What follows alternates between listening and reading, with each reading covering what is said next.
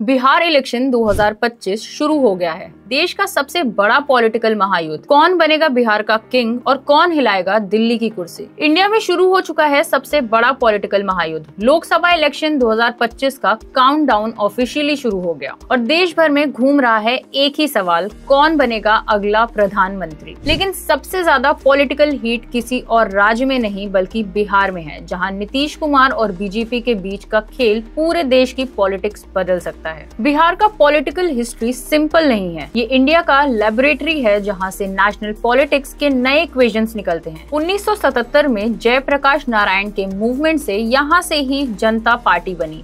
1990 में लालू प्रसाद यादव ने मंडल politics cast revolution खड़ा किया और 2005 के बाद नीतीश कुमार ने सुशासन बहू के नाम पर एक नया एरा शुरू। आज 2025 में ये सब एक स्टेज पर फिर से टकरा रहे हैं। बीजेपी, जेडीयू, आरजेडी और इंडिया ब्लॉक के बीच एक ऐसी लड़ाई जो बिहार के जरिए दिल्ली तक पहुंचने वाली है। अब आपको मिलवाते हैं बिहार के मेन प्लेयर्स से। सबसे पहले है बीजेपी, जिसका मिशन है 240 प्लस के लिए बिहार को अपना स्ट्रॉन्गेस्ट बेस बनाना। जेडीयू, नीतीश कुमार, जिन्होंने 6 बार कुर्सी संभाली पर हर बार नए अलायंस के साथ। आरजेडी, तेजस्वी यादव की पार्टी, जो यूथ और माइनॉरिटी वोट के साथ कमबैक करने के मूड में है। कांग्रेस स्टिल स्ट्रगलिंग, लेकिन इंडिया ब्लॉक में एक सिंबल ऑफ यूनिटी बनी हुई है। ये 4 पार्टीज मिलकर एक पॉलिटिकल चेस खेल रही हैं, जिसमें हर मूव का इम्पैक्ट 2026 के दिल्ली इलेक्शन तक जाएगा। बिहार में 40 लोकसभा सीट हैं और यही सीट एनडीए के लिए मेक और ब्रेक पॉइंट बन सकती हैं। 2019 में एनडीए ने 39 सीट जीती थी, लेकिन 2025 में ग्राउंड मूड बदला हुआ है।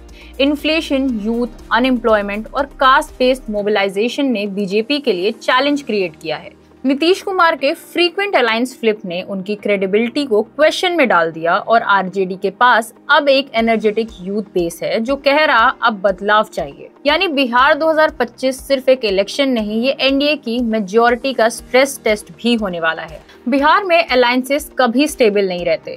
नीतीश कुमार 2013 में बीजेपी से अलग हुए, 2017 में वापस एनडीए में आए, 2022 में इंडिया ब्लॉक ज्वाइन किया और 2024 के एंड में फिर से एनडीए में लौट आए।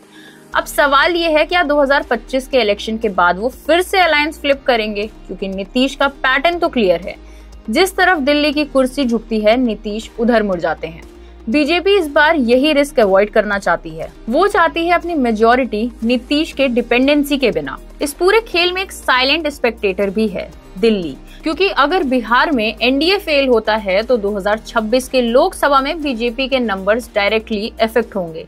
नीतीश कुमार के सिर्फ 12 एमपीज एनडीए की मेजॉरिटी को हिला सकते हैं और इसीलिए बिहार इलेक्शन 2025 का रिजल्ट डिसाइड करेगा कि दिल्ली में सरकार कितनी स्टेबल रहेगी। तो बिहार इलेक्शन 2025 अब सिर्फ एक राज्य का चुनाव नहीं, ये पूरे देश की राजनीति का टर्निंग पॉइंट भी बन गया है। अगले पार्ट में हम डिकोड करेंगे नीतीश कुमार और बीजेपी के बीच का असली टकराव। अगर आपको ये ब्रेकडाउन पसंद आया है तो लाइक, शेयर और कमेंट करिए और ऐसी ही पॉलिटिकल अपडेट्स के लिए देखते रहिए सुनिए नेताजी।